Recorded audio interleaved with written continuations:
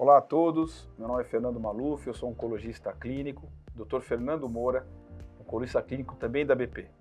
Nós dois trabalhamos em algumas áreas e uma delas são os tumores geniturinários.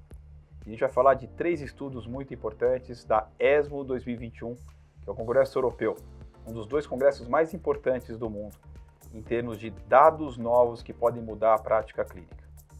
3 estudos muito relevantes. A gente começa com doença localmente avançada ou de alto risco, um estudo que é o STAMPEDE, que comparou a adição de abiraterona à radioterapia com ADT versus só radioterapia com ADT, que até então era o padrão ouro.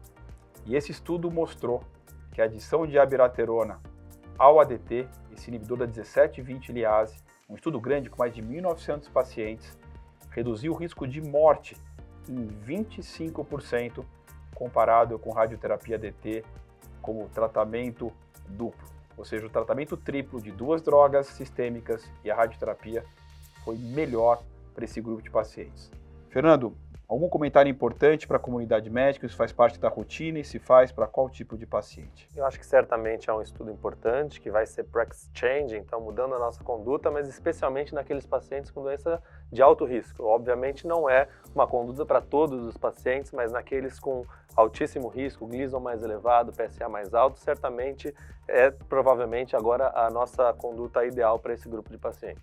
Eu acho que é perfeito. Eu acho que o paciente que tem talvez vários fatores adversos, um Gleason 8, 9, 10, PSA acima de 20, doença localmente avançada, certamente para mim isso representa um novo padrão ouro. A gente já vinha usando isso para alguns pacientes, baseado na melhora do Failure Free Survival, e OS ainda não estava pronto, mas agora para mim é indubitável, isso muda a conduta para esse específico grupo de pacientes. O segundo estudo, doença metastática, é uma atualização do estudo ARTES, que avaliou enzalutamida mais ADT versus placebo e ADT em 1.150 pacientes e que a gente tem nesse ano agora na ESMO o dado já de sobrevida global, onde enzalutamida e ADT foram melhores em termos de sobrevida do que ADT e placebo, reduzindo o risco de morte da ordem aqui de 34%.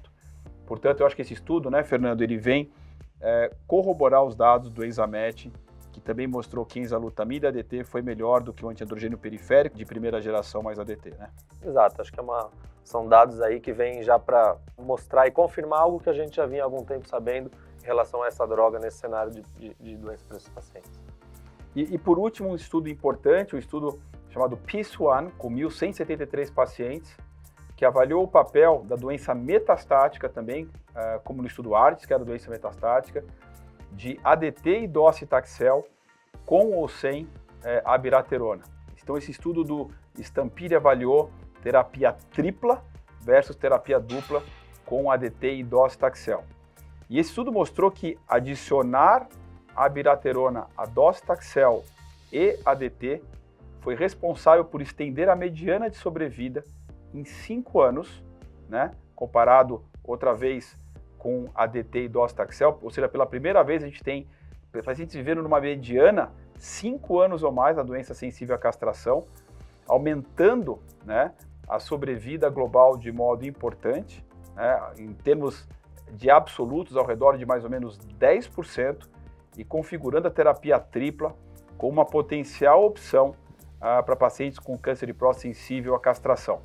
Ao meu ver, isso deve ser considerado para pacientes com alto volume de doença, pacientes jovens, sem grandes comorbidades, não acho que é para todo mundo, mas eu acho que claramente para um grupo de pacientes, terapia tripla, ou seja, intensificação, vai ser muito bem-vindo. Fernando, o que você acha desse estudo? Você acha que esse estudo realmente tem o poder de mudar a prática clínica? Eu acho que certamente nesse grupo de pacientes, como o senhor ressaltou, assim como nós falamos no estudo STAMPEDE, pacientes com mais alto risco, então, que tem essas características que o senhor citou, eu acho que certamente vai ser uma nova terapia padrão para esses pacientes, lembrando então pacientes com doença castração sensível, com metástase de novo.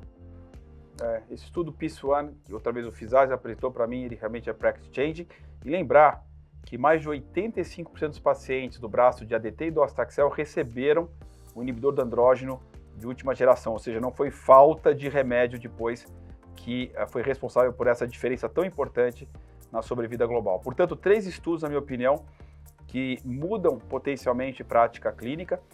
Importante só lembrar que no estudo ENZAMET com enzalutamida e ADT, né, versus bicalutamida e ADT, ou flutamida ou lilutamida, ou seja, qualquer antiandrogênio periférico de primeira geração, poderia ter sido feito docetaxel junto, o que foi feito em 2/3 dos 2 braços.